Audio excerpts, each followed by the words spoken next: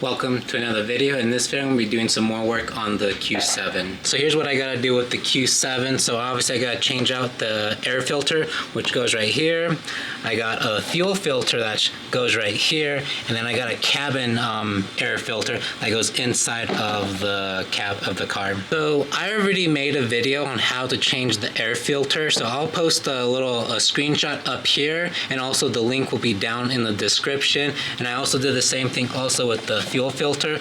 Again, I'll post a screenshot here off to the corner, and again this video will also be down in the description. So I'm gonna go in. So the main focus of this is to do the cabin air filter for this car, and that's obviously going to be this video. And I got, like I said before, I actually have more things I'm going to do with the Q7. And just as a preview, I got a bag full of O-rings, and well, that's a hint for what's going to come later. So I'm really excited to do this stuff in the future. I'm just right now waiting for some items to arrive, but again, once this video comes, obviously I'll post a video. Again, I'm giving you guys a little hint of what's to come for this car, which I'm really excited about. But besides getting off track right here, let's go ahead and I'll show you guys how I install the cabin air filter. The cabin air filter is actually found on the passenger side, and it's right below right here, this cover here. So this cover is going to have to be removed first, and there's some good finger placements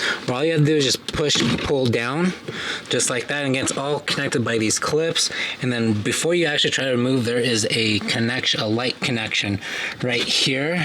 So just make sure with your finger pull down a little tab, and then this light connection should come out like that. Now this bottom panel can finally be moved out of the way now that this has been disconnected. So once the panel is removed, underneath this is where the cabin air filter is residing. So there's two screws. They're both 7/32. So there's one right here, and then the second one is right over here, kind of a little bit hidden, but it's right here. So those will need to be removed.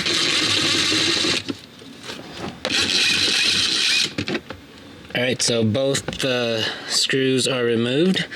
Now the panel right here, little door cover, can be removed. Got a little wiggle it out a bit. So this is the door panel. So real quick, just to observe, this came out like this. Only two screw bolts where it goes, so obviously it's kind of hard to not mess this up and insert it backwards by accident. So just keep in mind, these are the only screw holes on this cover right here. Alright, so now that the cover is removed, here is the air filter. So you can see there's some stuff coming off. So let's see if I can try to do this. There we go. So now it's coming undone. So you can see there's quite a bit of debris in there.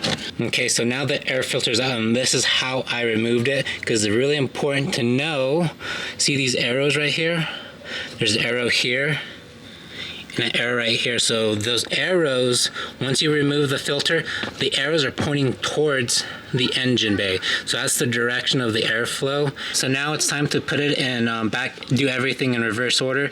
As I've mentioned before, the arrows are pointing towards the engine bay. And again, it doesn't matter the orientation if it goes this way or this way, it's still same, but do not put it in this way, because you want the little foam pads right here to be on either side again. So I'm going to do it the same way as I did when I got it out.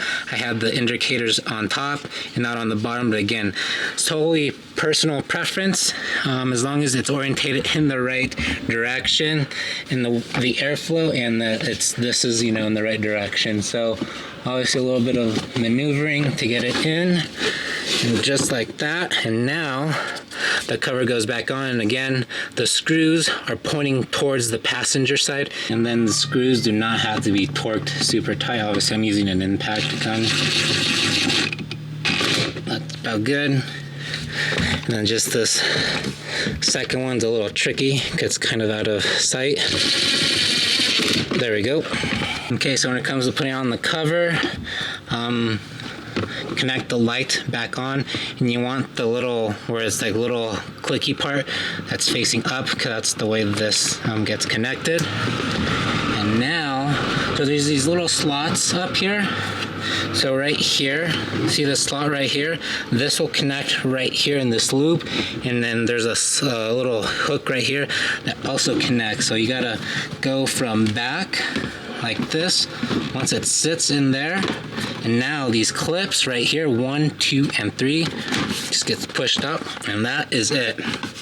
So that's pretty much the process for changing out the cabin air filter. When it comes to the maintenance for the cabin air filter, it is recommended to change this out every 10,000 miles or every 1 year, whichever one comes first.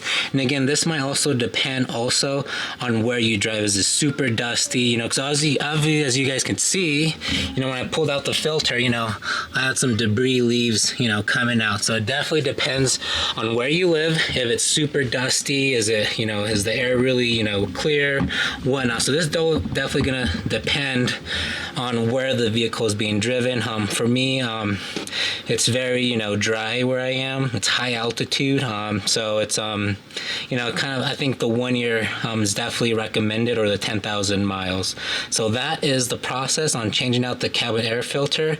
And again, I got more stuff to do for the future, which I'm really excited about, which I showed in the beginning of this video.